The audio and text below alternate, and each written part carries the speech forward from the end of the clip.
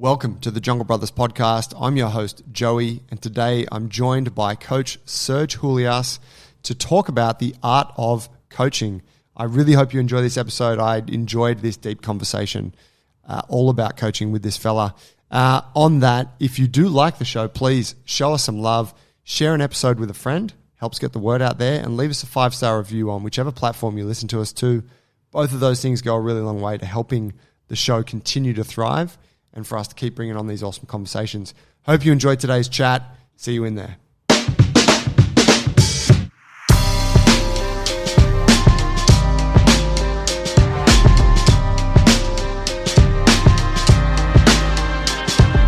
on, my bro. Serge, welcome to the show. I am stoked to be here.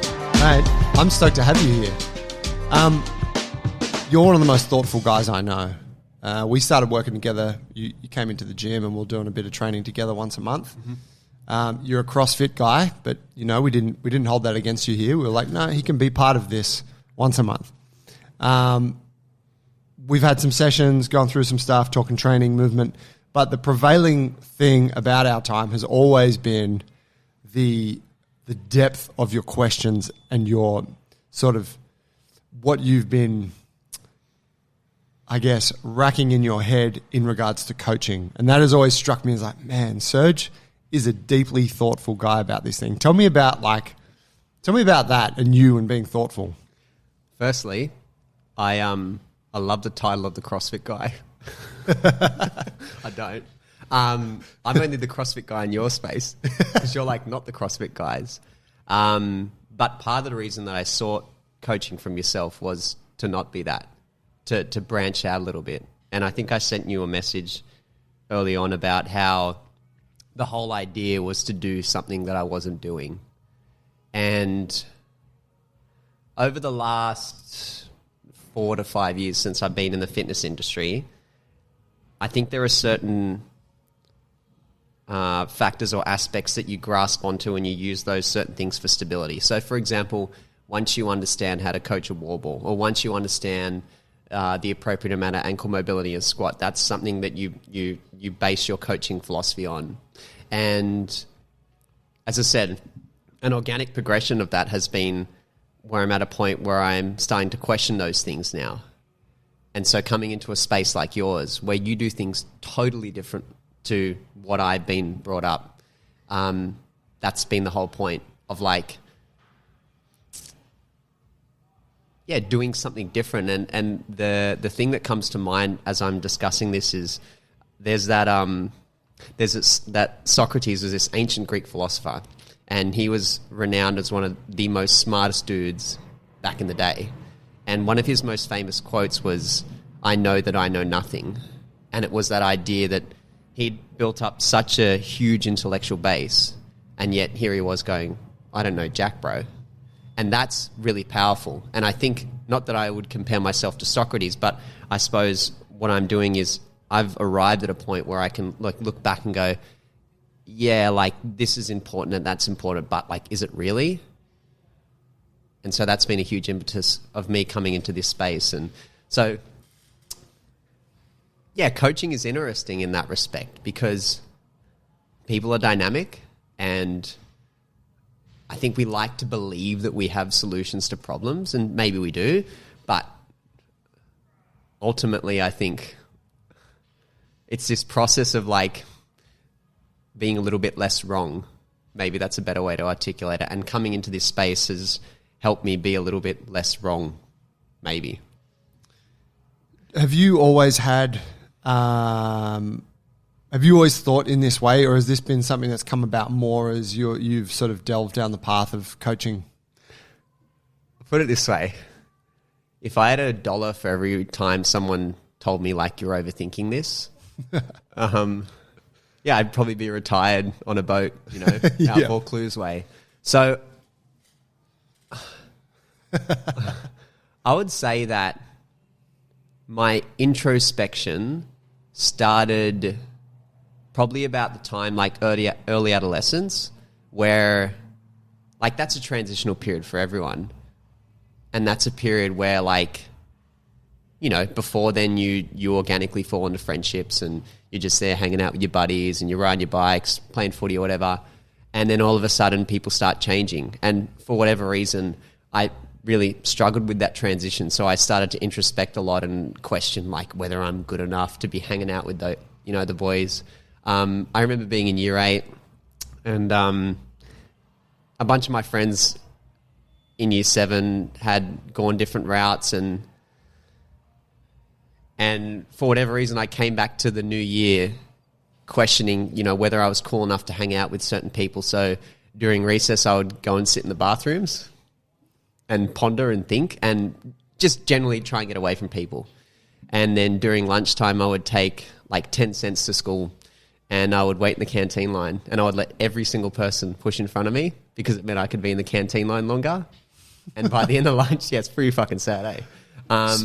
Fascinating. Yeah. Wait, were you feeling, was there any hint of depression or anything? Were you feeling... I've never been, I've never labelled it as such. So it wasn't a negative experience for you at the time? Oh, it definitely was. Oh, okay. It definitely was negative because, as I said, like I literally would see my quote-unquote friends and I would question whether they wanted to hang out with me. And so the easier alternative was to just retreat and hang out with myself. The point is that's probably when a lot of introspection started. And whether it was introspection because I was massively insecure or whether it was introspection because I was trying to grasp certain aspects of my character. So I would say that I've quote-unquote been this way perhaps since then. Whereas prior to that, I might not have questioned to the extent that I do. Yeah. Yeah. And so assuming then that the questioning occurs in all facets of your life, relationship, family dynamics, political views, right on. Did I like that movie? I don't know. Was it actually a movie? Let's talk about that. You made me think of the Jordan Peterson clip that's been getting memed. To fucking the one where he's like, if you want to ask a question, first we have to talk about what is actually a question. And and he's like, and he's all riled up and it looks really bad for him, but he's like, you're like, bro, it's just a question, relax. Yeah. But yeah, it makes me think of that a little bit. Yeah, there is a little bit of that. Okay. And personal relationships are interesting because sometimes the purpose of a relationship is not to antagonize and question. Sometimes the purpose of a relationship is to accept things for what they are. So that's been a journey, put it that way. You're talking with your significant other? Absolutely, I am. Yeah. Yeah, well, it switches, doesn't it, at different times, I suppose. At times your role might be, say, more like a coach to provide some accountability, which could be antagonistic, right? Or, yeah, at times it's like, just be cool, accept. Yeah. Don't push. But I even think it's that way with particular clients as well, isn't it? And I'm sure you've experienced this in your coaching practice. You learn which clients respond well to being provoked and which ones respond well to being positively affirmed. Yeah. Ultimately, you're getting the most out of them, but in a way that, works with them for whatever reason. Yeah. And I think for me anyway, like a relationship my intimate relationship is hugely significant. And so I'm less inclined to accept things because I quote unquote want the best from this relationship. But yeah, I think specifically to talk client and coach, yeah, there are certain clients you provoke and there are certain clients that you go, hey bro, nice thruster, have a good day, pat him on the back, and it's just a different dynamic. Yeah. Tell me then about the, so you came here kind of looking to, I suppose, challenge then some paradigms and expose yourself to some new things. Obviously we've touched on the CrossFit piece. That's been correct me if I'm wrong, that's been the bulk of your recent kind of athletic development. Yeah.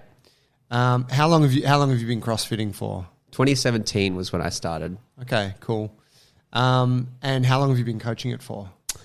I've been coaching CrossFit since 2019. I started with kids and have eventually progressed into adults. Very cool. Yeah. And so then coming here, talk to me about, like assuming people who are listening and maybe they don't understand, they don't know CrossFit that well. What is it that you were looking for? What were you trying to challenge? Where did you felt the limitations of your CrossFit experience lay? This is a I'll sit back for the next 20 minutes. Oh, well, it's like any movement practice, isn't it? Like, I'm also not trying, just to frame it, I'm not trying to get you to hang shit on CrossFit. Like, Joey just got me on the show and all he wanted to do was talk about how shit, I don't want to do that. I just want to know kind of what and then all your listeners are just like frothing at the mouth. They're like, yeah, Jungle Brothers is where it's at. Yeah, I hate CrossFit. I don't even know what it is. Fuck Surge. No, but more just to get in the episode title CrossFit Coach because people won't listen. CrossFit Coach gets wrecked in capitals. Yeah. What was what was the driving force behind that? Well, as I said, I think any movement practice becomes limiting to a point because there are certain principles and foundations that you base a lot of it on. And like I alluded to as I was answering the first question, it's like those principles and dogmas are necessary in order to structure a training program or structure an hour workout. But then they're also limiting. Like, dogma is a word thrown a lot around in the fitness space, but it's necessary in order to provide a quote-unquote service. Even the whole sales process predicates on the fact that you have a solution to sell to a certain problem that someone is experiencing. Mm-hmm. Framed differently, my dogma is going to help you get out of what you're in. So it was literally the idea of, and once again, when I say dogma, I don't mean it in a negative way. I mean it in a way whereby it's absolutely helped me be successful. And it's helped you guys be successful as well. Like, you've got down on the whiteboard all of your foundational movement principles, like the handstand. It's like, once again, we might not use dogma to frame those, but they are certain principles that you believe are important. And you structure your training in a way where people can look at those and go, okay, that's what I want to achieve. So yeah, it was just this idea of like not challenging, but maybe adding to the beliefs that I currently have, like expanding as opposed to replacing. I remember listening to your podcast with Logan Gelbrick, and he talked about transcending and including. Maybe that is a more accurate way to sort of frame why I wanted to move, quote unquote, out of the CrossFit realm. I wanted to transcend and include different aspects of a movement practice. I remember the first time that we started working together, and you had me on the floor doing these like lizard claw variations. And I remember feeling like exceptionally weird and sort of insecure and on show. But about halfway through the exercise, I was like, man, this is what it feels like when you bring a client in and you're putting them through the same process. You're introducing them to your movement principles and they feel the same. So that was hugely impactful for me. Because, coaching for how long I've coached and coaching for how long you have coached, very rarely you get put in that position whereby you're practicing something and you're like, man, I feel a bit like a dickhead. Like, what am I doing? Everyone's looking at me. Like, so that was a powerful lesson in and of itself, but that's all part of this process of, transcending and including different aspects of a movement practice. And so I think that's really good. I like that model, transcending and including. Like, you're trying to become better, grow further, but take the good bits of the previous you or the previous coaching methodology and bring them to your new height, but also mix with new. It's the classic Bruce Lee thing, isn't it? Take what's useful, discards what's useless, and then add what's uniquely yours. Yep. Versus, I guess, just to kind of model that for folks, versus like, oh, you know what? CrossFit's shit. I'm not into that anymore. I'm jumping all in on this thing. And that's like, that's fine if the thing that you were doing was actually shit completely. Yeah. But I don't think anything's ever shit completely. No, definitely not. Right? There's like, and of course, and we've acknowledged this many times. There's things in CrossFit that for us were pivotal in building our methodology. Even the idea of a warehouse gym. Yeah. That didn't exist before CrossFit. Ones that you don't have to clean. What do you mean? The old school CrossFits were like typically dirty and dingy. True, yeah. We decided to include that piece. But yeah, no, like, so there was a lot, there's a lot of stuff that we took from that movement. In terms of, can you point to any kind of, say, specific movement elements or coaching elements that became clear to you as, I want to bring in some more of this. I would like to include some of that. What I really admire about what you guys do in here is you create an environment that's conducive to attention and creativity. And what I mean by that is, say, quote-unquote traditional CrossFit is quite linear in terms of the movement patterns. Yes, we're doing complex things like a snatch and a clean and jerk and, like a kipping bar muscle-up. They're complicated movements, but they're also quite linear in nature. And as I said, what I appreciate about what you guys do in here is you might demonstrate a particular movement. It's non-linear. So it's like straight away, you can't just quote-unquote go through the motions. You have to be paying attention. And then there's also an element of creativity that's being expressed in that, because in CrossFit they talk about points of performance. These are the 5 points of performance of a deadlift. Quarter extremity, blah, blah, blah, blah, blah. And once again, those are appropriate rules in terms of demonstrating a standard. But once again, what you guys do in here, from what I've seen and from what we've been through, maybe it's less about points of performance and like, let's see how you individually express when you're paying attention to how your body's moving, where do you place your right hand, your left hand, et cetera, et cetera. So I like those two elements, the attention piece, purely by the nature of we're doing something quote-unquote unconventional, so you have to pay attention. And the second element is you allow for creativity in that expression, because once again, we'll use a deadlift as an analogy. Deadlift is fairly simple in terms of move load from point A to point B. And there's nuance in that, talking about all the cues and that, but there's less room for deviation from that very ingrained pattern. So attention and creativity, for sure, are two specific elements which I think within this specific space and practice have been hugely influential for me in my own and what I try and capture in like a client's practice now. It's funny you say that. This morning, well, this is our first week back for a group that I train, a small group in the morning. I train with them. And it's our first week back. We started on Wednesday and had our second session today. So we took it pretty light, did a bit of mobility work. And then we worked on a couple of new barbell lifts, which are going to feature in the next training phase, which will start next week.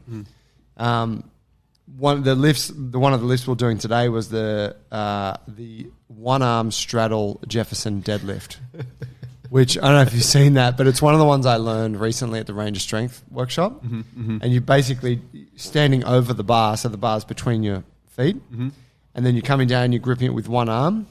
And then you're in a classical deadlift setup, but you're gripping with one arm and then your other hand is on your knee and you're kind of framing on that. Sure. And then you're standing up and extending the hip, and that's the top of the deadlift. So the bar's running between your legs. So you finish the bars kind of, in your crotch. Yep. And then you're coming back down. It's a really cool lift. Sounds exceptionally functional. Right?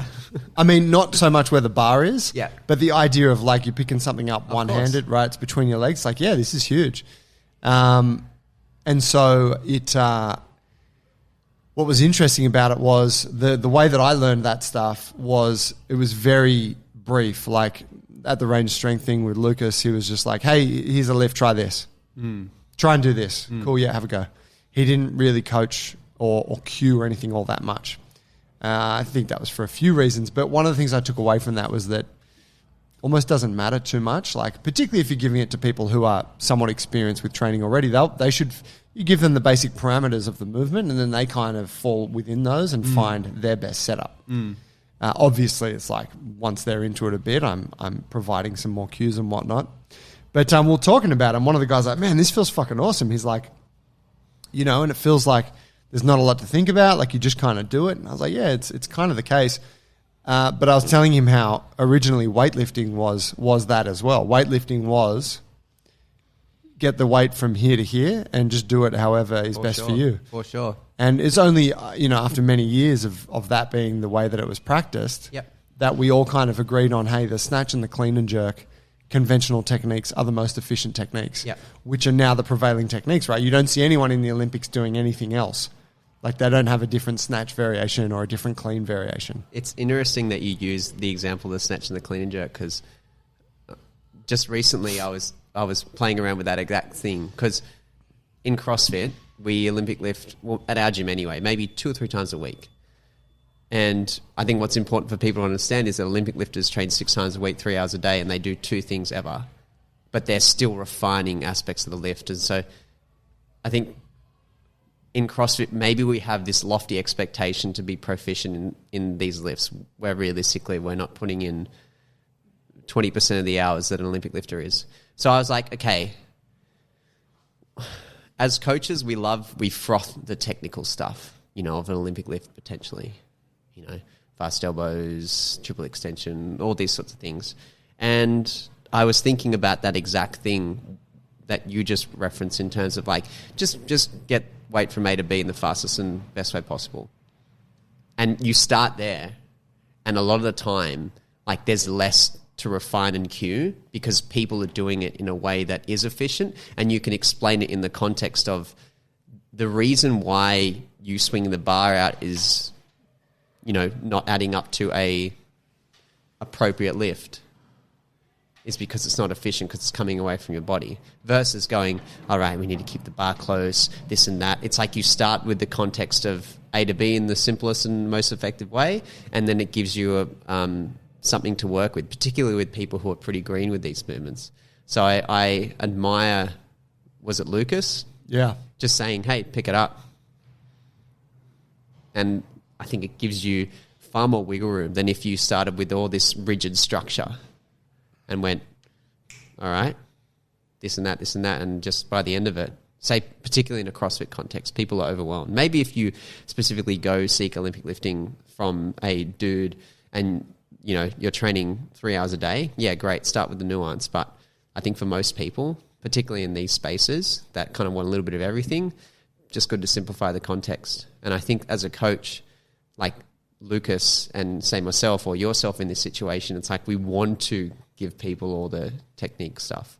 Yeah, we want to flex that. For sure. But I think we often feel like we have to. Absolutely. And I think there's also an element of you want to quote unquote provide people value. You want to blow their minds every session. And once again, that might not be in a bad way. It's like I genuinely want to give people value. But sometimes the best way to give people value is say, hey, pick it up.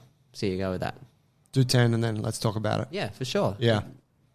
Yeah, it's interesting. It makes me think of I was listening to a jiu-jitsu coach on a podcast the other day who has quite a unique way of coaching, and he's kind of very critical of the typical jiu-jitsu coaching method, which is like, hey, I'm going to show you this technique, and here's step 1, 2, 3, 4, 5, 6, 7. Mm-hmm. Cool, we arrive at the end point. Okay, you guys drill it. Mm-hmm. He's like, no, it's all fucked up. He's like, what you want to do is you need to give people you need to tell them what they're trying to achieve, and you need to tell them like what the concepts behind that are. Mm-hmm. So, I was thinking about it like relevant to like a deadlift. The typical teaching of a deadlift is, all right, stance, grip, position, right? So you're going to have your feet at hip width. You're going to have your grip about a thumb distance off the thighs. And then you're going to start down here with the spine at about 45 degrees. Mm-hmm. Okay? Then you're going to stand up and you're going to come back down. All right. Versus, I want you to pick the bar up. I want you to finish in this position. You need to do it in a way that feels comfortable for you. I want you to be in a strong position with your back. Mm-hmm. And I don't mind where you put your feet or your hands, but just show me like how you can do that in a way that's ergonomic and safe. Yeah. And you'll probably find, I've actually never coached it like that, but you probably find that the people with longer legs will go wider, maybe grip on the inside. Mm-hmm. The people who are a bit shorter legged, like myself, mm-hmm. will go narrower grip, narrower stance, hands on the outside. Yeah, it makes perfect sense. I never really coached like that though. And I think that it's, I'd probably do more so these days, but say with something like a deadlift where it's like you've coached it thousands of times, You can't. You tend to just revert back to, hey, stand here, grip here, do the thing. Yeah, I think there's a lot in that. The trick there is you have to be able to explain those concepts, don't you? Yeah. You have to know what the principles are of that movement. Yeah. I was going to ask you, is it possible to do that, like with some of the more creative movement concepts that you guys incorporate? Give it a go. Yeah, I think like say the locomotion and stuff like that? Yeah, sure. I think it is. I guess it definitely is, but I think from a conceptual perspective, that approach makes a lot of sense to me.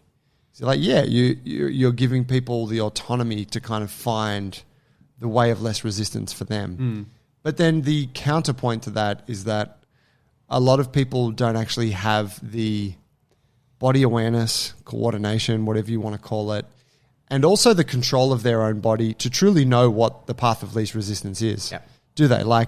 So if I give someone the lizard crawl as that example, always their elbows will flare from their body because an internally rotated shoulder position will be stronger for them. Now, an internally rotated shoulder position is a stronger position. Like you are able to create more force there. But an externally rotated shoulder position where the elbows are closer to the body, this is more advantageous for strength training where we're not actually trying to do the movement for the sake of the movement. We're trying to do the movement so that we can become strong and use it as a tool for strength. Yeah. So and that's what strength is, right? It's a way to expose weakness repeatedly in the hope that it is no longer a weakness or less so. Well, it's resistance training. That's right. The idea that you're resisting the urge to internally rotate. Yeah. That's why it's strength training. Exactly. The deadlift, the idea that you're resisting the urge to round your spine. That's why it's strength training. So in that regard, I think that what we're talking about can definitely be used, but I don't think it's like a case of throw the baby out with the bathwater and go, you know what? I'm not telling anyone where to grip or where to put their feet. I'm just giving them concepts. Yeah. It's kind of a nice idea, but nah. When you talked about the jiu-jitsu example, I've done about a week's worth of jiu-jitsu, so I'm like, Oh yeah. I'd probably kill someone. Fucking A. Yeah. Where at? I did it at a place called Grappling Education in Cogra. Oh yeah, Kel's gym. Yeah. He's a ledge. He trains here with us sometimes. There you go. But my experience was that it was that sort of like, here's the technique, this is where you put this, and the way that my brain was framing it was, I'm like, but I don't understand the point, like, what's the context for this thing? And so it took me a while. I was kind of like looking around at other people going like, why are we doing this for?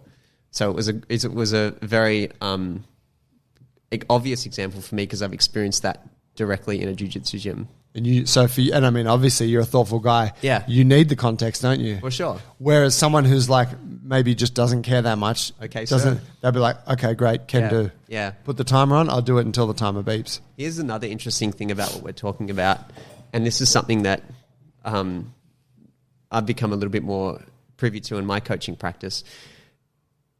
Sometimes the whole point of a CrossFit workout is to finish the fastest.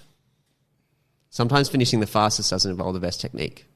Yep. You watch the games. How dare you say that? I want both. Well, that's the irony, right? It's like, as coaches, we expect people to rigidly hold these perfect positions, but then go fast because we're telling them to go fast. Yeah. There's a huge mismatch in expectations. We had, at our gym, we distinguish between practice, competition, and mental toughness. This is not our model. This is a model that we've adopted from a guy over in America. He's called Kenny Kane, and brilliant dude. Anyway, 60% of the time they practice, so the overarching context of their workout is practice. 30% of the time they're competing, 10% of the time they're doing a mental toughness workout. We had a competition workout at our gym a few days ago, and at the end of the workout I said, raise your hands if you felt like you moved perfectly today. No one put their hand up. I said, raise your hands if you felt like you could have moved better today. Everyone put their hand up. I said, congratulations, you did it right.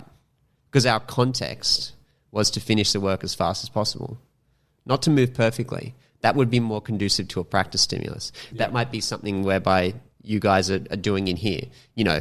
Someone's slightly internally rotating. They're doing the work. in a way that works for them. But if we're going for a practice or a strength stimulus, then you correct those things. So I think a lot of time in CrossFit, sometimes our expectations are mismatched. And you could make the case that fitness is like getting better at moving faster with perfect positions.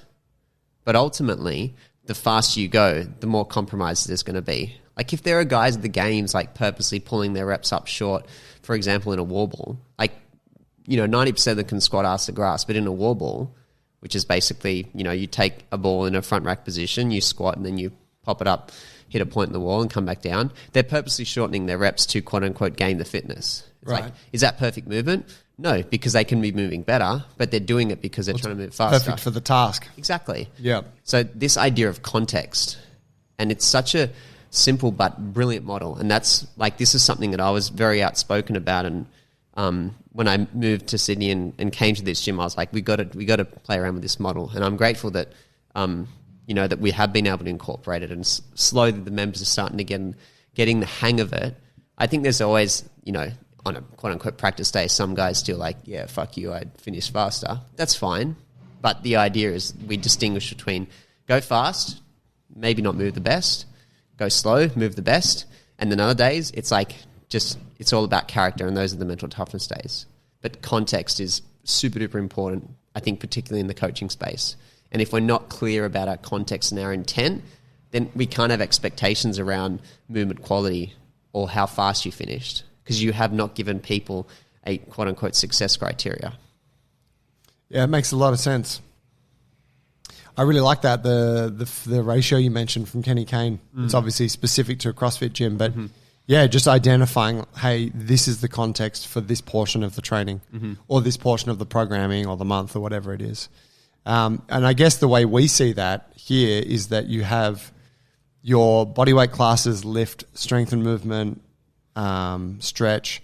They are practice. And then you have jiu-jitsu and Thai boxing, which is also practice for like half the class. And then when it's sparring time, it's like, you don't want to call it competition because it's not all out, but it's like the freestyle part. For sure. Yeah. And it's like, hey, you don't want to be, you don't want to be thinking about your shoulder positioning when you're trying to defend a takedown or, whatever, fucking choke someone. It's like, I mean, maybe you do for more effectiveness, but you should be thinking about choking them out or taking the motherfucker down. Yeah, if you're thinking too much about where your shoulder is while someone's on top of you, you're like...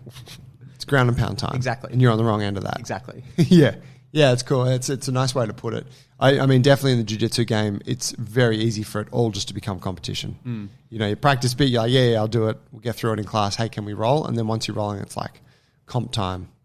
I mean, the best guys are able to use that time actually for practice as well. In any case, so you recently, the last session that we had, which is at the end of 2022, you were talking about, you would kind of express some sort of doubtful elements about your ability to coach. And I think it was, your introspection had become, like you'd gone like, fuck, like who am I actually to be telling people what to do? Talk to me about that. Yeah, because you're obviously a smart guy. I'm sure anyone listening, they're like, Serge knows his shit. I've always believed that. I just thought you're, an exceptionally kind of like thoughtful and gifted coach. Yeah, expand on sort of where your head was with that and if it's still there. Put it this way, the way I'm going to contextualize my answer to this question is that I look at my coaching as a practice. That gives me room to fuck up from time to time, but it also gives me room to reflect and improve on that. So the question is, doubts around my capacity to coach. And I think that they're always somewhat there. Like just last night, I delivered a session and I was like, man, that was not good. Could have been way better. Poor time management. I tried to give too much information in a short amount of time. I wasn't explicit with my instruction. But once again, I go, look, this is a coaching practice.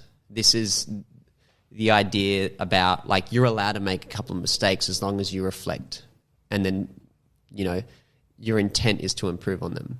And as a side, one of the things that frustrates me most about coaches, and I told myself I wasn't going to wail on other coaches, but I'll divulge for a second.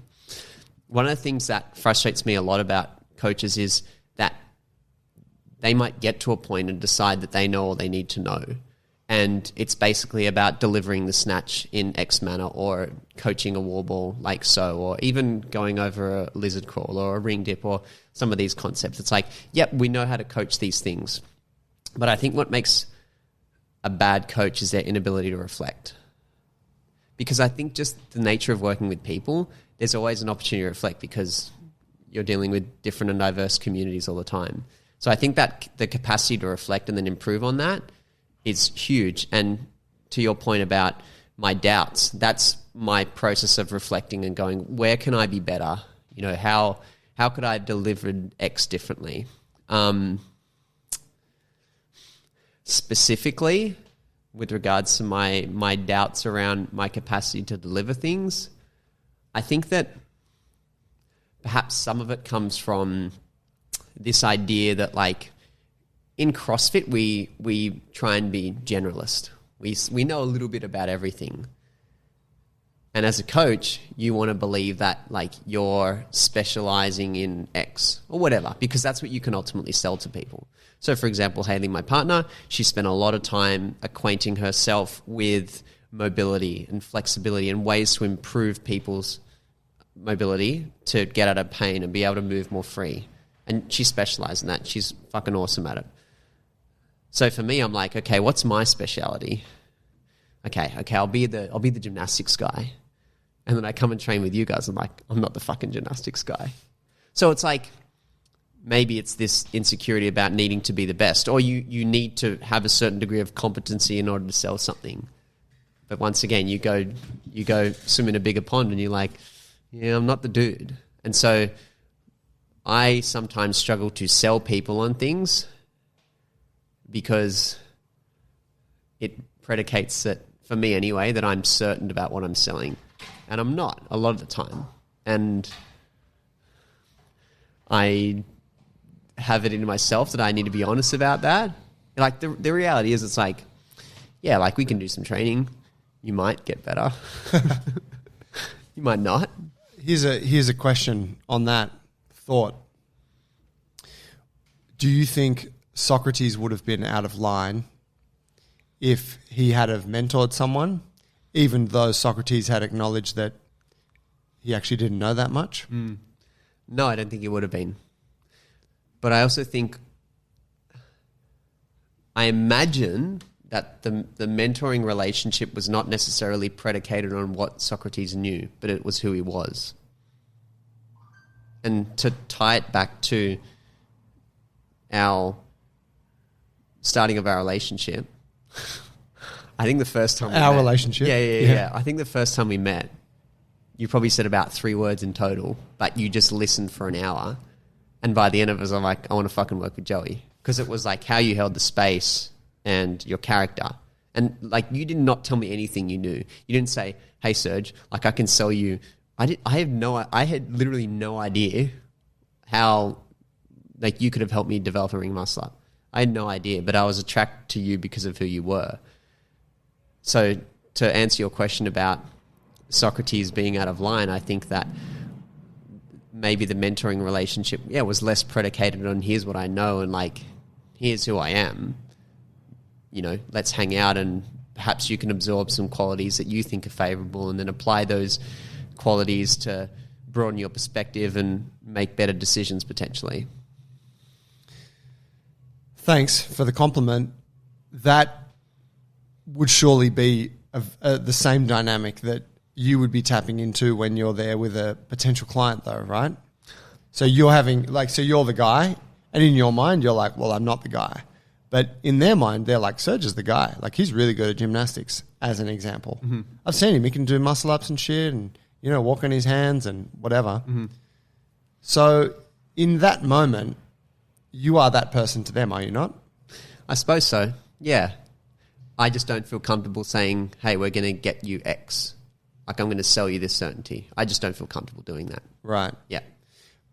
That then I would ask, like, what is it that you're promising to sell?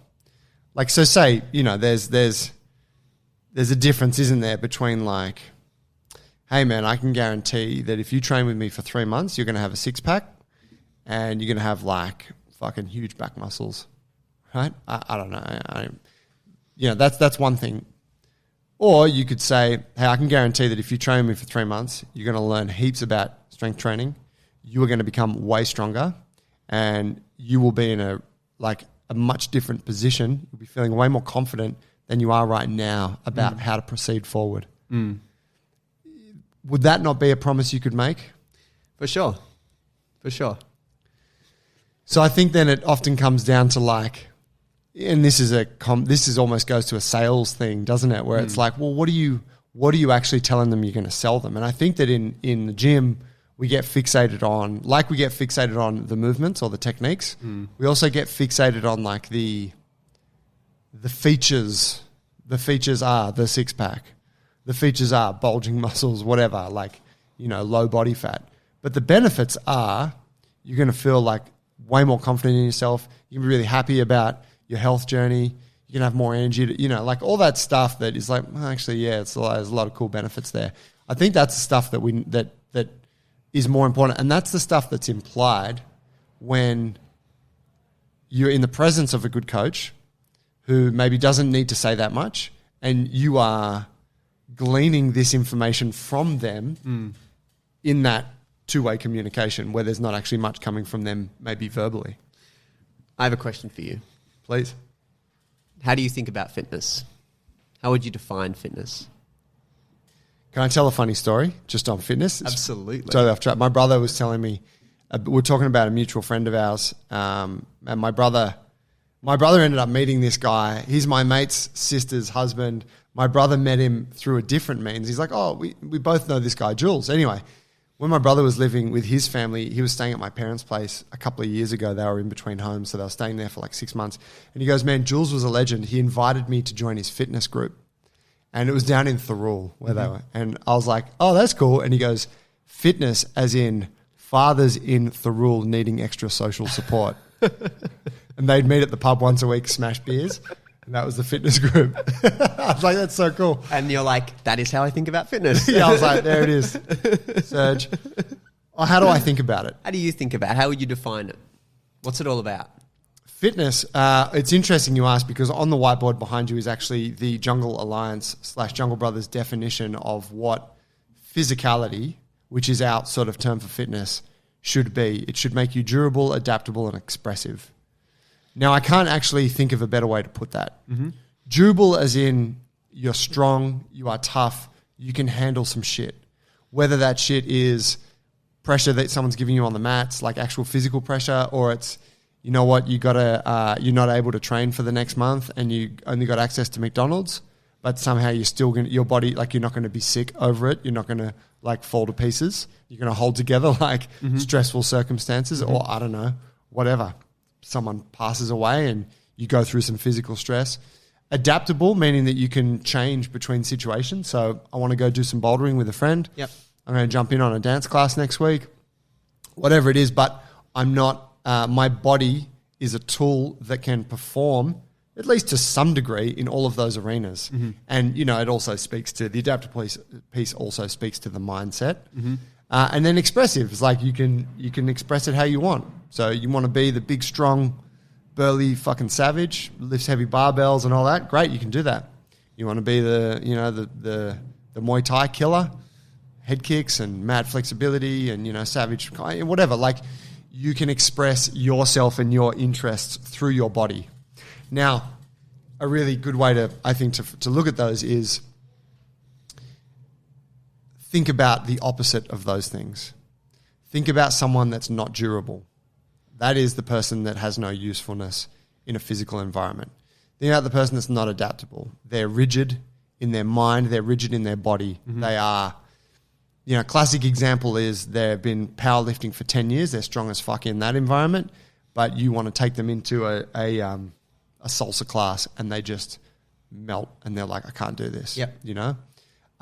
Expressive, that is perhaps someone that's training in a gym, pushing weights, running on the treadmill, whatever, but they got no coordination. You get them out on the soccer field. They want to play soccer. They want to throw the frisbee on the beach, but they're uncoordinated. Hand-eye coordination's not there.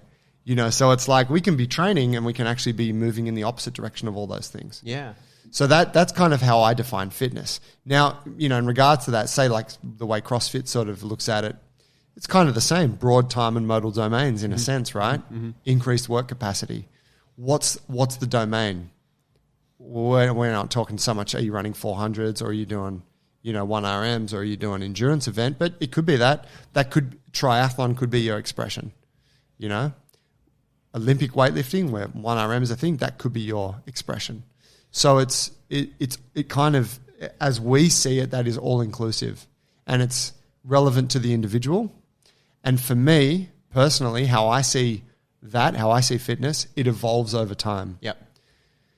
I don't wish to be the same specimen that I was 2 years ago. Now I'm like, Are you sure? Well, You're a bit of a specimen. Well, no, I still want to be a specimen, but a different one. Like that was, you know, like maybe you could say like 10 years ago, I wanted to be a fucking savage on the mats. Yeah. Guys, and now I don't really care about that as much. The mats, the jiu-jitsu thing isn't as big a focus for me. What am I interested in? Well, I'm actually interested in a bit of, you know, unconventional barbell work at the moment and rebuilding some flexibility. I've also been thinking, you know what? I want to surf. I'd like to start surfing. I don't have time for it right now, but it's like, okay, that's coming up. You know, hunting's there. That's something I want to get into. So, you know, it evolves over time, you know, and it will change. And so the type of training I'm doing or the specific focuses of the training the ratios will change. Yeah. I really like that. And what you haven't communicated, which I think is super important on that board, is the way that you have stacked adaptability and durability as your pillars and then expression on the top. And what I think of when I look at that info is perhaps most people only see the expression, which is the quote-unquote the six-pack or the 120 kilo snatch. And so we focus on the expression as opposed to building up the pillars of durability and adaptability. I also think what comes to mind when I look at that is, and this is part of how I understand fitness, but you've got 4 different layers.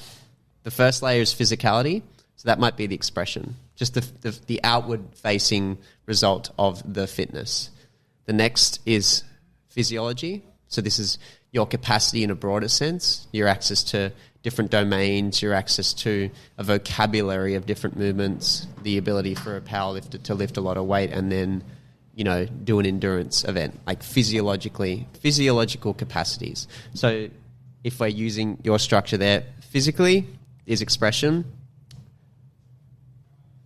Physiologically, we have adaptability, speaking about capacity. Psychologically, that would be the durability, the quote-unquote resilience. Right. How psychologically malleable you are. I have a 4th layer, which is philosophical, which is like, what's the point? What's the concept? Like, how does fitness help you explore yourself? And I think that if I was to add to your pillars, which I think are awesome, it would be an element of like, where is the self in all of this? Where is that how does the hunting or how does the jiu-jitsu help you to arrive at a point of more self-knowledge? And so I think that, as I said, your system there is definitely in alignment with how I would think about it. You might use different words, but I'm pleased to hear that that's sort of how you conceptualize it. Yeah, I do think it's kind of largely the same, right?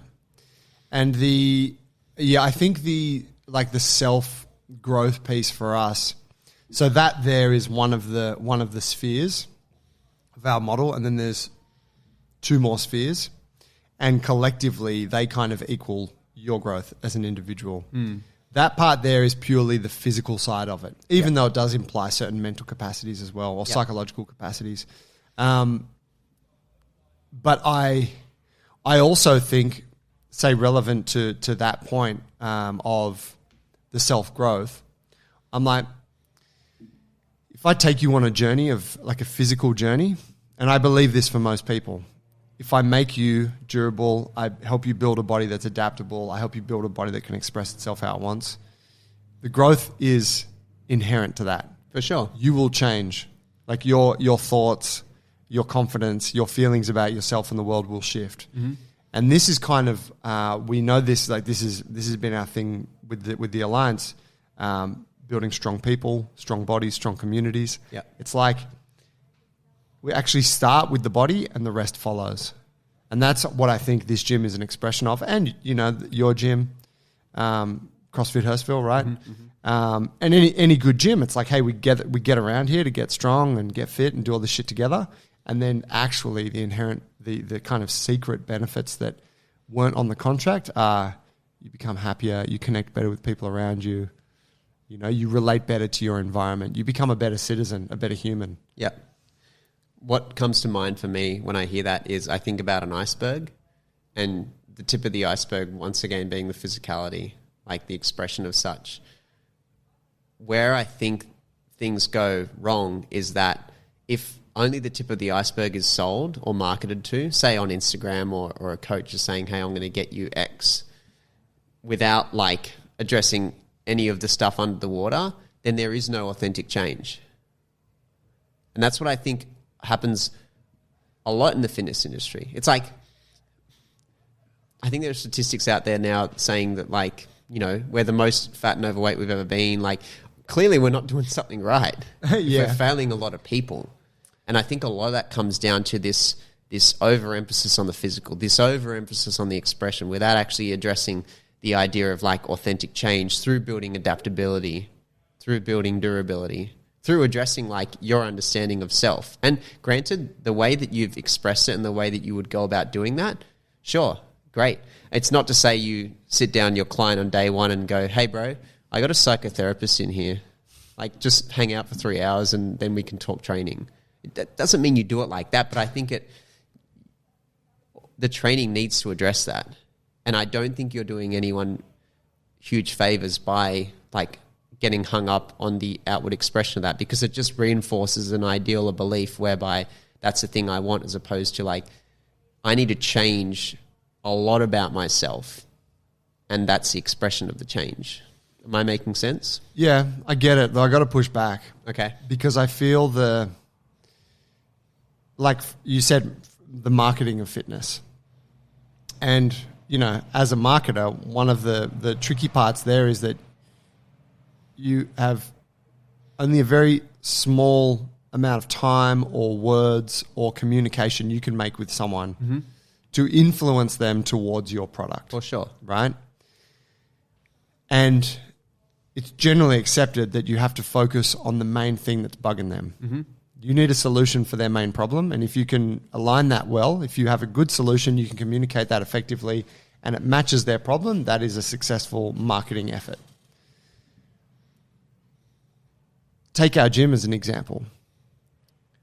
It's very hard to put an ad on Instagram that is appealing to someone by talking about building a durable body and expressive and community and social events, because that person that's watching that is not sitting there going, you know what, man, I need more community in my life. Why? I need more social events, because most people don't think in that way. Okay. Right? Because, I mean, sure, some do, but respectfully to everybody, most people are like, oh, fuck, a little bit fat after Christmas. I don't feel that confident to take my shirt off at the beach. Yeah. I'd really like to be in better shape this year. That's the shit that keeps us. That's the shit that you wake up in the morning and you're in the, you know, you're having a shower and you're like, I've got love handles. You know? And I have these thoughts, you know? And I fucking slap myself in the face, say, shut up, bitch. Yeah. Get in that cold shower. It's not actually that cold because it's summer. Lukewarm. Yeah, that's right. So then that means, well, you need to, your job as the marketer is to get the person through the door so that you can avail them to this opportunity, right? If I can't get them through the door, they don't get all of those awesome benefits, the confidence and the friendships and the social vibes and the, you know, wow, I'm so glad I came and joined this place. So if I fuck up at that first step, they never make their way in, I've failed in my mission. For sure. I have to appeal to that primary concern for them, which is sometimes superficial. Now, I'm not saying your marketing should be, you know, whatever, all about six packs and all about, we don't do challenges here at the gym as a result, you know. We've never done. We've tried a couple, but we've been like, nah, we don't do challenges because challenges really speak to that vulnerability of people. 6-week challenge, lose 10 kilos, feel great, get summer ready, whatever. We never fucked with that. But we also understand that we need a little bit of that, and you need to appeal to people. So lean, strong, confident, look great. Sometimes that stuff needs to be in the marketing. So that's why I push back, because I think while I'm not saying you go all in on that end of the spectrum, I think that unfortunately the base of how our vulnerabilities and concerns and whatnot work, we need to kind of appeal to those at the outset so that we can bring people into a place where they can have that transformation. I fucking hate that word too, but that is what it is. Yeah, I agree with you. This is my hugely out there vision, is that we have a paradigm shift around fitness in the gym so that people don't necessarily associate the gym with I need to, get back into shape because I got love handles. Do you know where the gym originated? The concept. Has to be in Greece. Has to be in Greece, doesn't it? Tell me about it. Have you heard of Aristotle? Have you heard of Plato? What are you I'm living in a fucking vacuum? Shit. Have you heard of Greece? Yeah, go on. So these were two of Greece's most famous intellectuals and philosophers. They also are credited with the establishment of two of the world's earliest gyms. Wow. So the whole idea, gyms started as a place to train the body. The Greeks had a bit of a fascination with aesthetics, and you can see that in their artwork, and they're always depicted naked. They did so as a side because it basically distinguished them from barbarians. Okay. They would have the Greeks as naked and virtuous and righteous, and look how jacked Hercules is versus look at the shitty Persians in their crappy garments and whatnot. But as a side, they opened the gym to train physically because they valued that as as an important hallmark of quote unquote being civilized. But they also had schools attached to them. They had Plato and Aristotle deliver philosophical lectures. So people came to the gym to train their physicality, but they also came to be educated. That is the origin story of the gym. It was a place to train physically as well as expand your mind through education, through guys like Plato and Aristotle. So my far-fetched vision is to recreate that. And so people have a different association with the gym, the association they have now, where it's a school, where it's a place we can come train physical skills, and we can come build an aesthetic physique because that quote unquote distinguishes me from the barbarians, whatever. But it's also a place where... Who are the barbarians in our modern day age? That's a whole other podcast, isn't it? Please continue. Oh dear. But this idea that you come to these places to be educated, they would host symposiums and lectures. And once again, philosophers would travel to gymnasiums. It was the place where they would lecture. Yeah. And it was a place where they educated people. And you guys do this really well in terms of workshops. You're providing spaces for people to be educated. You're still teaching physical things, but you're also teaching things that, maybe the person on Instagram looking at your marketing goes I just need to lose a bit of belly fat. They don't expect to come into this gym and have a rings workshop where they're practicing and playing around with concepts and connecting with people. So that's my far-fetched vision of what a gym should be. And, once again, you guys do it really well because it's you have enough of the quote-unquote modern-day marketing tactics to actually have people come in. Because, at the end of the day, if no one's coming in the gym, then you don't have a gym, do you? No. Business has to survive. Exactly. In what you're saying there, I really like this idea, but is that not kind of already playing out in gyms like ours and gyms like yours? For sure. Where they're doing, specialty workshops. For sure. But hey guys, we're doing a nutrition seminar this weekend. Absolutely. Are gyms like yours and gyms like mine, are they the majority or the minority?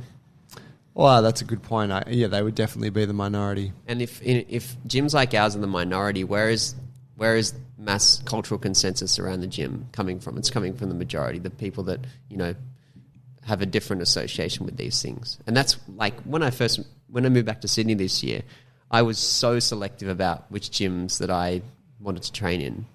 I remember you were just like testing them all out. Testing them all out. Like, where'd you go this week, Serge? Yeah, 4 different places. And it was awesome because you get an idea of the cultures and everything. And that's one of the things that I find fascinating about micro gyms as well, as the culture.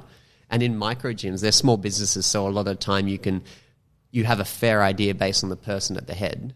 And so, like, all I had to really do to understand the culture was meet the guy at the head, and I could go, okay, this guy's pretty switched on. You know, this is probably a good gym. But yeah, just this, like, shifting the cultural consensus to whereby we're seeing a gym not as a binary place to get a workout and feel a little bit better about our shitty bodies, but as a place to, like, come in, train some physical skills, you know, potentially work towards a quote-unquote aesthetic physique, but also go in with an open mind about learning new skills and to be educated. That's my belief, and that's what I try and do in my coaching practice. The mismatch happens when people have different expectations. Like, bro, why the fuck is this guy talking so much? Why is he trying to lecture me about the different muscle groups in the pull-up? Or, like, you know, what is he talking about context and intent? Like, I just want to feel a little bit less shitty about myself. And those, for me, are the people that I get most frustrated with as clients. Once again, like, this is just between you and me, right? But I find the just tell me what to do people the most frustrating to work with. Because it's like... Is that fair? Probably not. Probably not. But if I'm trying to facilitate and create a context around my coaching and my own movement practice and the people that, you know, we're trying to shape in these spaces... Yes, then, like, you come to class with questions and, you know, ideally the coach can provide some insight into that. And I look at fitness like a conversation. And the more fitness you have, the better questions you can ask. So it speaks to your concepts as well. It's like, and maybe to tie in everything we've been talking about in terms of, like, quote-unquote unconventional movement. It's like when someone is coming into a gym, they need to establish some basic vocabulary. What's a rigid spine? You know, like, where is my body in space? That's basic words. You're learning words. You're learning exercises, but words and exercises are synonymous in this example. Then you can start to build on their vocabulary, right? You know, we've got this movement here, and, you know, we've got one variation of a deadlift, but now we're going to lift up a sandbag. So we just talked about a rigid spine, but now we're going to talk about a rounded spine. You're building up the vocabulary. And then once they've established fairly good movement mechanics and they have somewhat of a decent vocabulary, then you can start to think about how you address that person's psychology. You can, like, program a workout in a way that's meant to trick them. And then they give a little bit more than they would have liked to give, but then they experience this breakthrough on the other end of it. And then you arrive at a point, which is perhaps where I'm at in my coaching, where I'm like, what the fuck is the point of it all? And I've started to, you know, quote unquote, ask better questions about the concept, about the point. Because ultimately I think that's what fitness is. And yes, to your point about marketing, a coach might represent one thing to one person, but as a coach, I think we need to have an understanding of these concepts if we're actually to truly serve people and help people.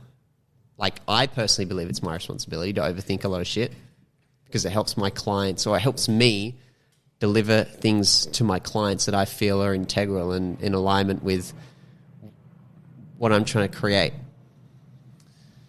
Yeah, I agree that I think it's your responsibility to take things to that degree and to think about it and sort of consider things more deeply than perhaps they need to. And I think that that's... you know, if I meet someone and they're like, oh, I wanted to get in shape for my wedding and I did 6 months at a boot camp and it was really awesome. And my trainer just flogged us every day. It was great. They'd be like, great, show me how you move. And generally they move like shit, right? Because they didn't learn anything. All they did was just get flogged for half a year. But I'm like, they got the result they wanted. While it didn't include any kind of, well, arguably it would have included some kind of spiritual growth, but it didn't. They didn't learn how to move. They didn't build any coordination. Their mobility probably got worse. You know, there's a bunch of negative effects of it. Do I not accept that as having been a plus, like a positive for that person? Of course you do. It goes back to that Gelbert concept, transcend and include. That's why it really stuck out to me.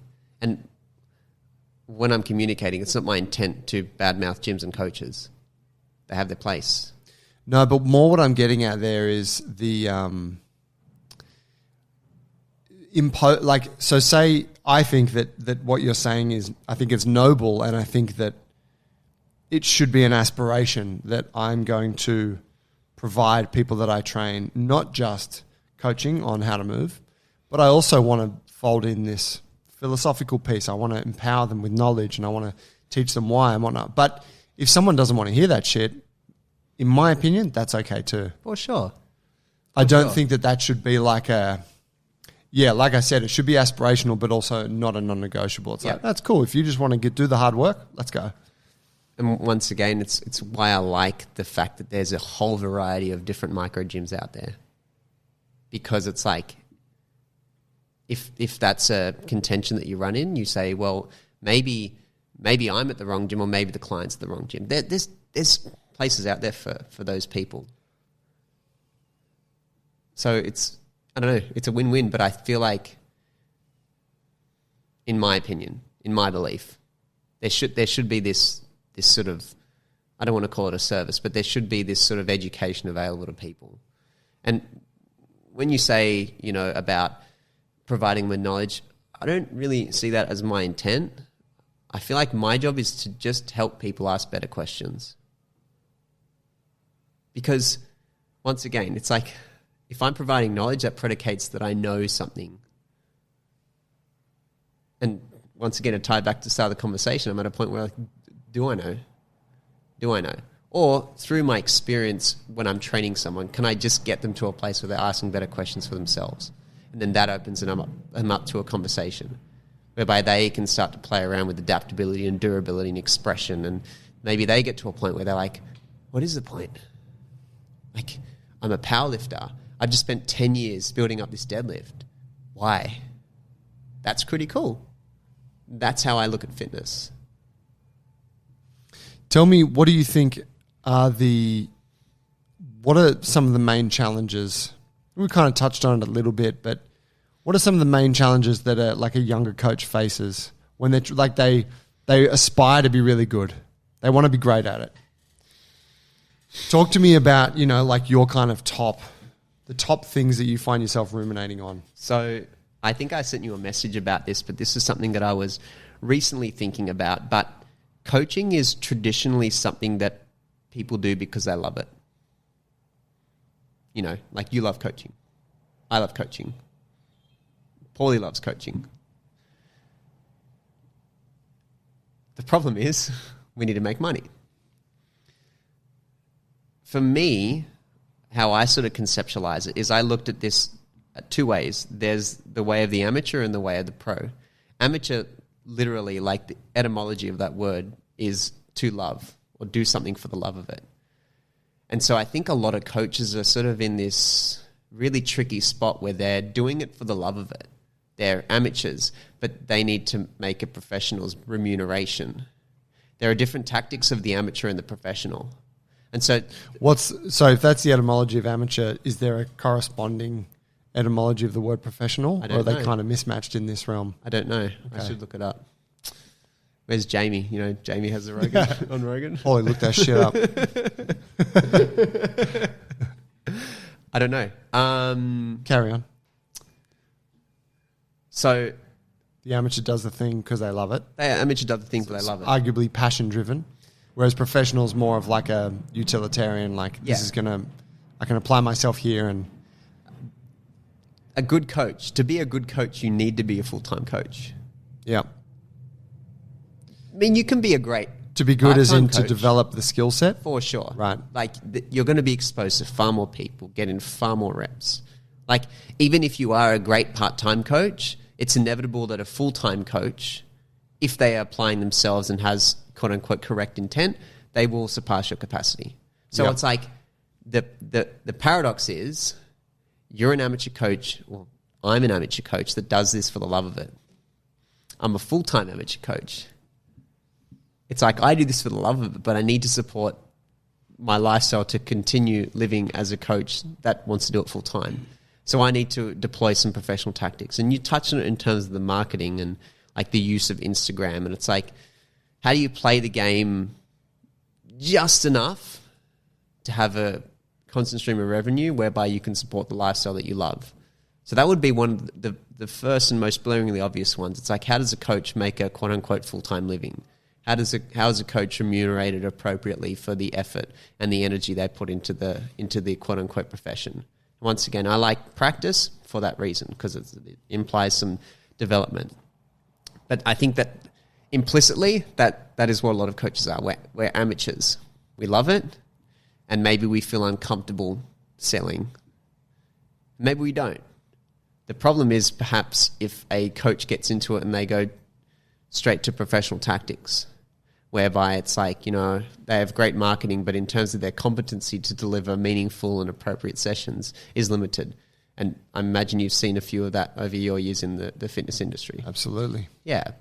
So the money thing's obvious, and it almost sounds, it sounds bad to continually harp on it, but that would probably be the glaringly obvious one. It's like, how do we make a professional's wage in a quote-unquote amateur craft? Right, yep.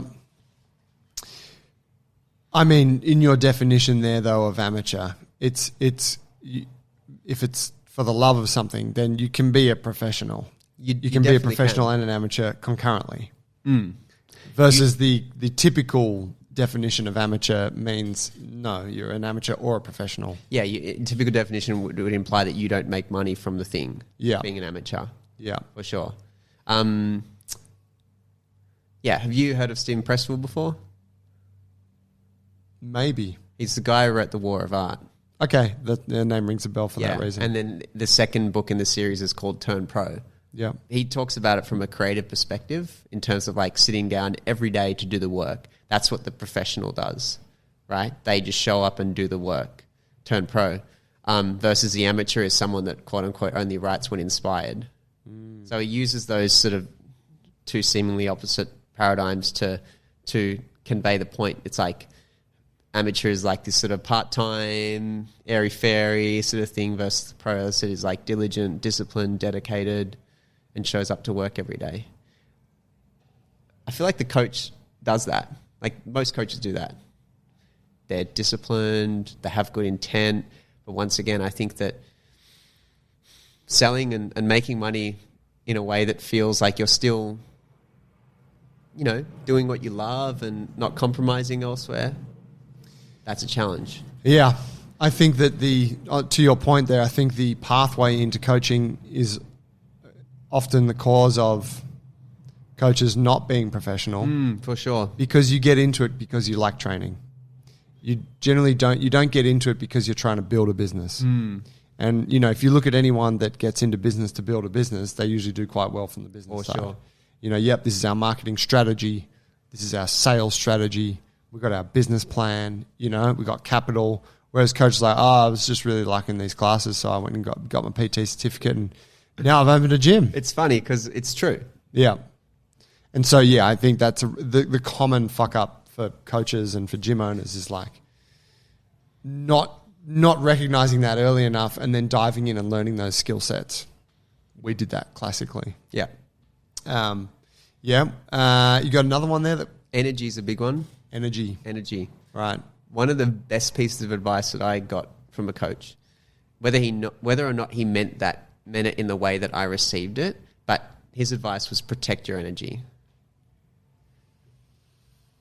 The way that I've sort of internalized that is, it's not so much be selective about the conversations you have, but perhaps more accurately, it's about having this sort of distinction between like, I'm your coach here and I'm finished class and I'm going to go hang out by myself because I need to protect my energy. It's transactional is a wrong Where's word. the bathroom? Yeah, sort of thing. I need to go be alone. Yeah.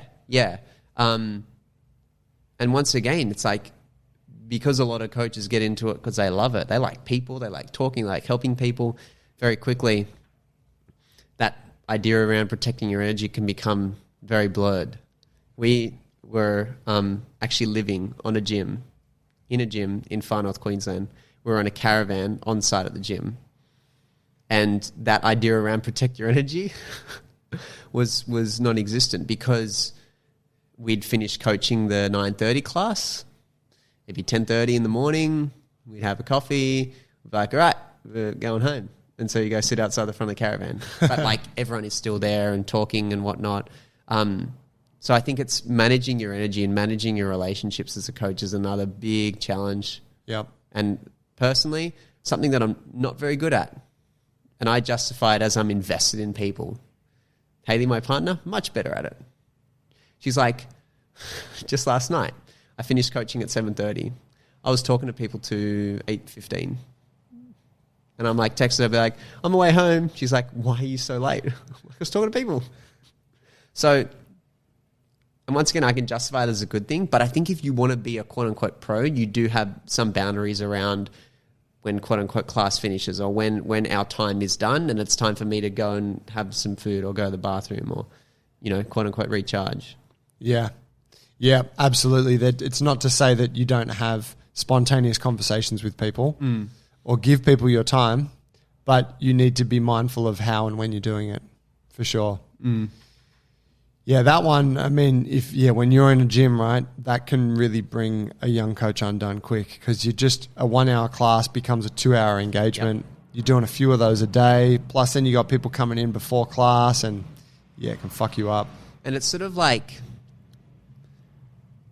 maybe if you got paid for 15 minutes before and after, maybe that's a way to like formalize that interaction because you are actually coaching in that half an hour before and after class because you're building a relationship, you're building buy-in. So it's implicitly part of your quote-unquote responsibility, but it's usually not remunerated or compensated for. It's like, you paid for an hour, but you're going to spend 2 hours in the gym. Yeah. Yeah, totally. I think the way we approach that, because it is hard, it's kind of not feasible to pay for those hours, right, for that time outside of the class. But the benefit for the coach is they are the moments where you'll typically meet the people that will become your personal training clients. So that's your opportunity to connect with people, share some knowledge, show them that you can help them. And then if they want further help, hey, do you want to do some training together outside of class and we can work on that? And that's where that time can be paid for or it can be remunerated. In terms of like that's your time to connect with folks. How do you in your coaches educate them on the transition between like we're just having a chat after class versus like transitioning to this is a potential client here? Is there an education around when do you ask for credit card details? It's a good question. The quote unquote the close you know what I mean? Yeah. Yeah. So I mean I would say that the coaches here meet weekly. And there's always a discussion around, Paul's probably the guy to really talk on this, but there's always a discussion around like what went well, how many clients do you have, did you pick up anyone new? So these conversations will always come up, which is great because it means that everyone kind of has eyes and input on how these conversations are playing out and what the approach should be on a regular basis. I would say the general advice is give help. First and foremost. And then if it seems appropriate, tell the person, hey, if you want to dive into this a bit more, I reckon, we could do a couple of sessions together privately and I could really help you work on it. And that's kind of it. And if the person says, oh, great, how does that work? Then you talk prices and terms and conditions. And if someone's like, oh, yeah, I'll think about it, you're like, cool, we'll leave it there. Yeah. So it's basically, it's a very soft approach. And it should always begin with, let me give you some help on that. No charge. And then you can, take it a step further if they're, open to it. What I hear as well as you're discussing that or describing that is the significance of an environment. Specifically, like you referenced the team, but it seems like environmentally you've created a place for that conversation to feel organic and natural and for your trainers to succeed. And I think this potentially goes back to a mismatch in expectations between like gym owners and coaches, because maybe unconsciously, like a gym owner expects implicitly, like unconsciously, maybe expects their coaches to build buy-in with their clients, but there isn't like support systems as to how to make, how that coach transitions that client into a potential lead and then, a PT, whatever. Can you speak to that? Yeah. Well, I think it needs to be incentivized for the coach, right? It's like, it wouldn't work if we said, hey, in this gym, we only do small group training and it's a membership that gets paid to the gym. And I want you to be nice to the members and I want you to, be available to chat with them after class and field their questions. Coach, well, like, sure, but what's in it for me? Like, yeah. I got to get to the next gym because I need to make a living. Yeah. So our model is you teach classes and you also do personal training. And your personal training is going to be the bulk of your income. Mm-hmm. But the classes is where you're going to be connecting with this network of people, with the tribe. And that's a really good source of PT leads. And that's also the bread and butter of the gym. And of course, we need, good people who are there, leading those classes. So I think we acknowledge that first and foremost. There's a lot of gyms out there, I think, that don't acknowledge coaches need to make money. Yeah. And the $27 you're paying them for the hour, doesn't matter how many of those fucking hours you give them each week, it's probably not going to be enough for them to stick around for any meaningful period of time if they wish to live in Sydney. And plus, there's a point of diminishing returns. It's like you give a coach 25 hours. It's like, yeah, you're earning a bit of money, but you're going to be burnt out in 6 months. That's right. You got no life outside of it. Yeah. So I think like that's kind of the first thing. The second part is we recognize that personal training is an integral part of the Jungle Brothers product. So it's like the group classes are the main thing. And that's, what brings people in, and that's where the majority of the good stuff happens. But there's going to be people that want to take certain skill sets further than what the class can offer. There's going to be people that, maybe don't feel confident to jump into that setting right away, or perhaps ever. There's going to be people that are rehabbing injuries, sports-specific goals, whatever. And so personal training is the more suitable product for those groups. So it's really important that we have that and that we encourage that. And the fact that, it's a big open plan gym, we don't, hey, personal trainers, take your clients over the road. Right. Do it here where all of the members who are in class can see that this also is on offer here. Show them. Like, that's part of the culture. So then I don't think it's out of place then when someone says, man, if you're interested in getting your muscle up, I can take you through it. We could do, we could start with a couple of sessions. Like, oh yeah, I've seen other people doing that. That sounds cool. The whole culture is geared towards that being part of the thing. That's really interesting. Like you talk about the open plan of the gym, because that's even something that I would very easily overlook. But when you say it like that, it's like, oh, that's so obvious. Like people are on the same floor doing group classes and PT, visual. Like we can see this is part of the culture. Yeah, what I really admire about you guys, another thing is that, I lost my train of thought. Give me a sec. I was going to say, anytime you want to compliment us, the gym, you're welcome on the show, Serge. And that's what the listeners are here for. Man, it was like a really good compliment as well. Damn. Maybe it'll come back. No, it's this. You talk about these systems. You talk about the environment. You talk about the culture. But then your actions line up with it. Like, so you can say, and I think a lot of gyms say, we love our coaches, we support them. Of course they say that. We're invested in coaches' development. Like, which gym wouldn't say that? They'd all say that. But what I like about you guys is that, like, you, as I said, you literally have people down there doing PTs. Like, there's a visibility. You host a 2-hour meeting every week to support your PTs. So you're not just saying we support our PTs. You actually have systems in place. You're actioning those systems. And I think that's awesome. And that's one of the things I really admire. And I think it was a point a couple of years ago where I learned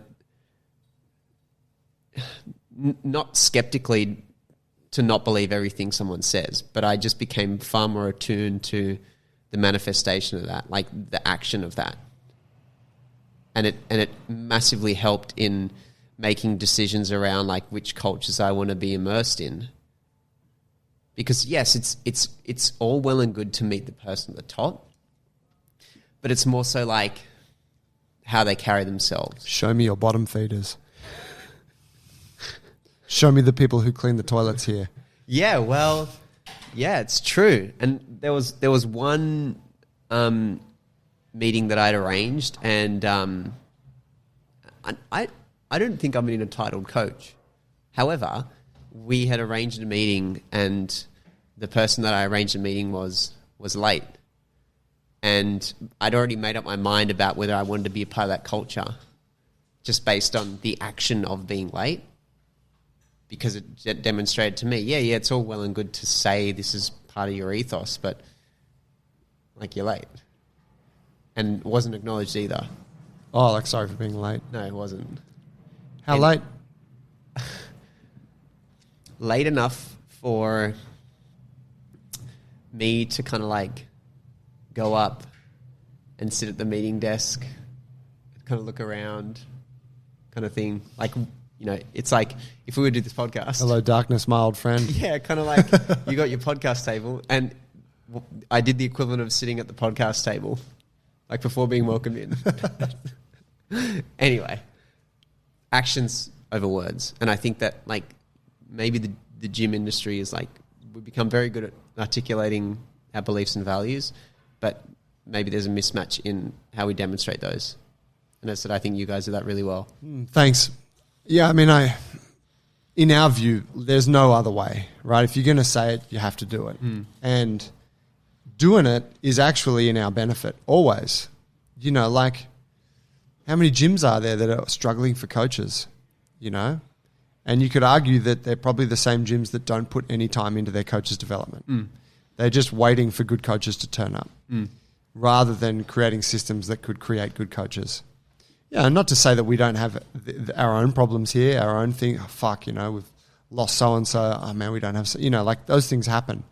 But I would say that, like, all of those systems are geared towards supporting this organization. You know, the coaches are happy. Great. That means that they're showing up. They're doing a good job. It means that the members are happy. It means that they're paying their memberships. It means that the business is healthy, you know? It means that there's another generation of people who are always coming up that are like, hey, I want to get in front of the people. I want to do the thing. Means that the people at the top can be like, yeah, you know what? I'm kind of itching to try something else or whatever. So, yeah, I think like it's almost, maybe it's a bit of a curse of being in small business because there's so much to think about. There's so much shit to handle. It can be hard to sort of have a longer term view like that. Yeah. But I would say that's probably a short term kind of, a symptom of being a bit short term in how you're viewing things. Yeah. You know, another thing I like about you is that you're pretty transparent. Where this conversation for myself has been traditionally difficult because I've always sort of taken the side of, no, the business needs to make money and like, you know, there's a monetary trade-off and maybe they quote unquote can't afford to invest in their coaches. And I get that. Like, what is the investment? You don't need to give rounded figures, but like... Oh, actually? Yeah, from a coach's professional development. Like, if I'm being unempathetic, I'm going, surely you can afford to invest in your coaches because then those coaches invest back in the business. Maybe there's a bit of an upfront cost, but surely it pays you back. Well, yeah. I mean, again, I'm, you know, Dylan and Paul who run that side of things.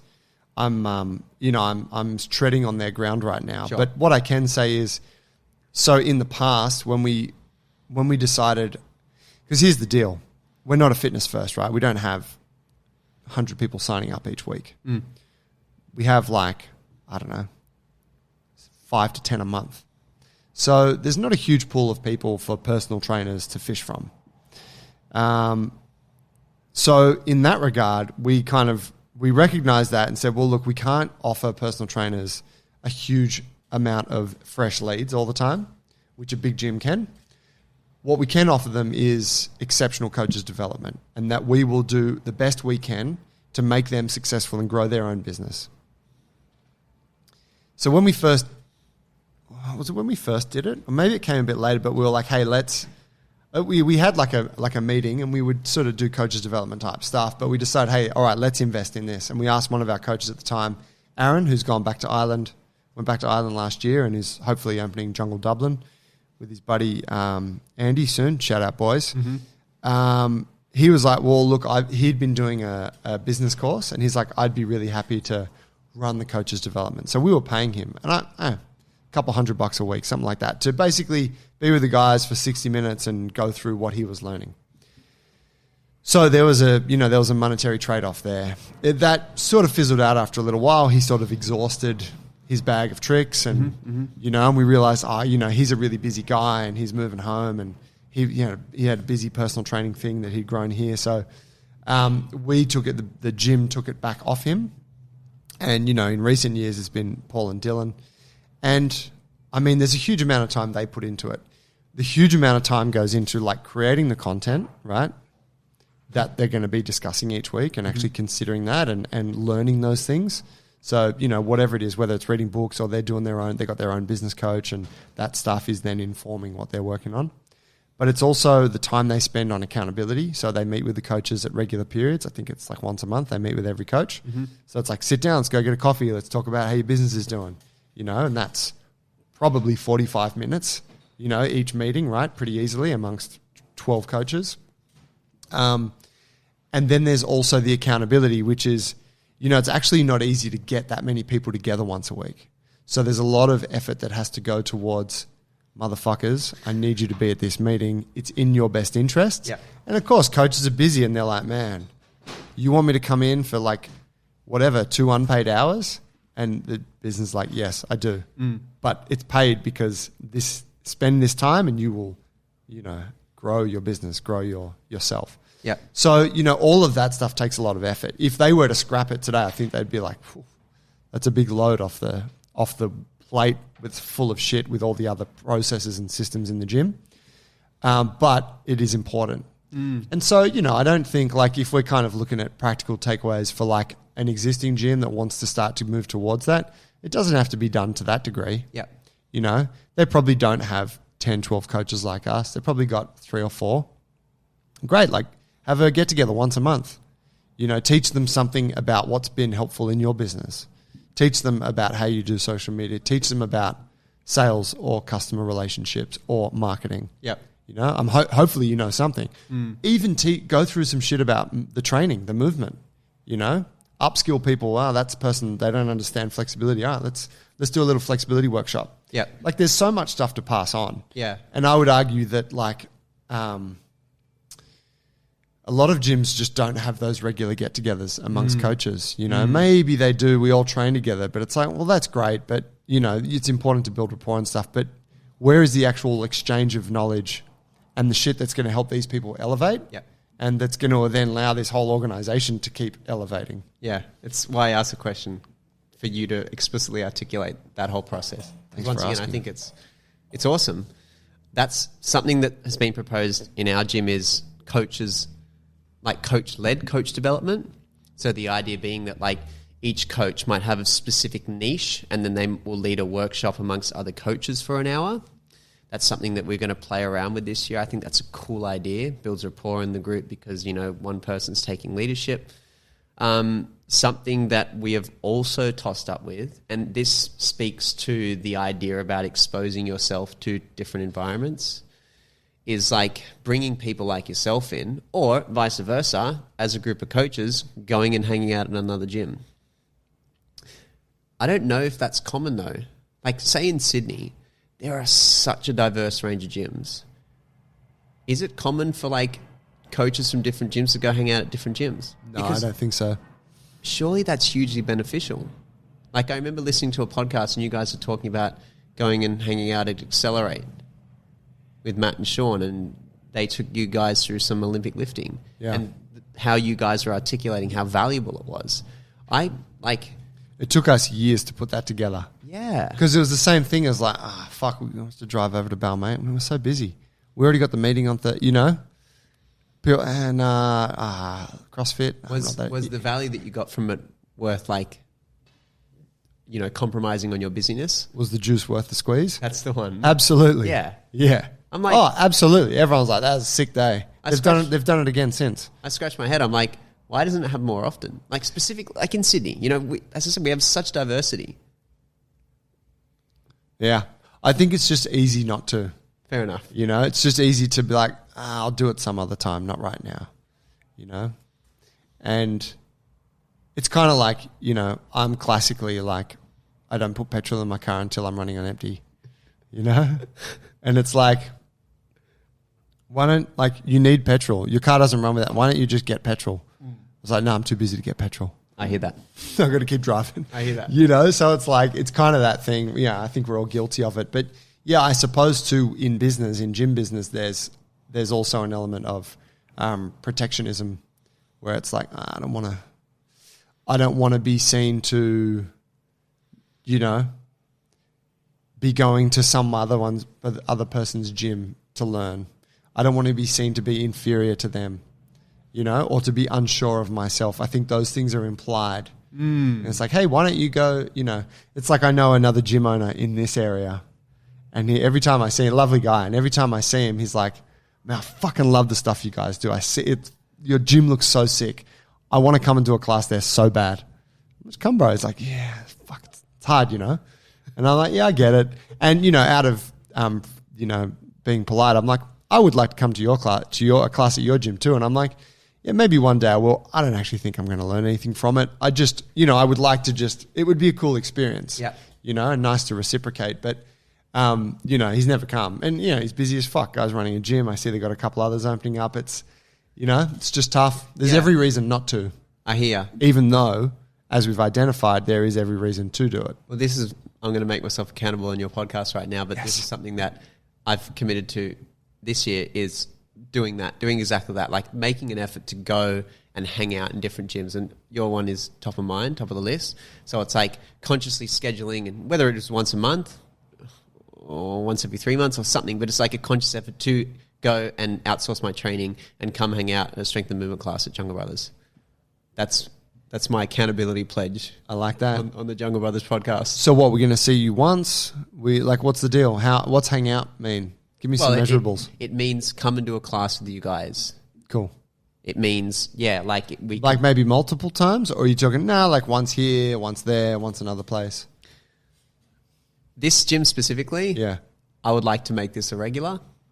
But the point is, like, making a conscious effort to outsource my training from time to time, because there's so much value in exposing yourself to those differing environments. And once again, as a coach, like, it's so easy to get locked in with what you're doing and selling the solutions that you're selling. But as a practitioner in quote unquote movement and fitness, like, you can learn so much. And it's always good to, like, put yourself in the client's shoes from time to time. And, like, we're doing lizard crawls and I'm like, wait, what the fuck are we doing? Why are we doing this weird shit? Like, but there's so much value there. Absolutely. There you have it, folks. That's a Jungle Brothers exclusive. Breaking. Friday the 13th. Is that what it is today? It's Friday the 13th. Damn, son. I told myself I wasn't going to mention that because it's like an American thing. Yeah. What I just did. I just think of Jason. Is it Jason? Oh, no, Freddy Krueger. Yeah, no, it was it Jason who's Friday the 13th. No idea. I'm not a horror movie guy. Oh. Yeah, with the ski mask, with the hockey mask on and the knife. I'm sure that was Friday the 13th. Was he in Rick and Morty? Oh, I don't know. But you've seen him, is it? Yeah, Jason, he wears like kind of over like an overalls kind of thing, and he's got the white hockey mask on and hair off the back, and he stabs people. And the movies were Friday the 13th. That was the series. So second accountability pledge is that I'm going to go and Google Jason from Friday the 13th after this. Nice. Yeah, I think one of the most recent ones had Jamie Lee Curtis in it. Okay. Fantastic. There you go. Yeah, enjoy. Thank you. Thank you for coming on the show today. It's been awesome. Awesome. Thank you so much for having me. Yeah, it was everything I hoped it would be. I love our chats, and I look forward to doing it again sometime later in the year. Absolutely. My man. Thanks, Joseph. Cheers, Serge. Thanks for listening, guys. Hey, if you like the show, please give us a 5-star review on whatever platform you're listening to, and share an episode with a friend. It helps us to grow the show. So we'd appreciate it. Thank you, and we'll see you next time.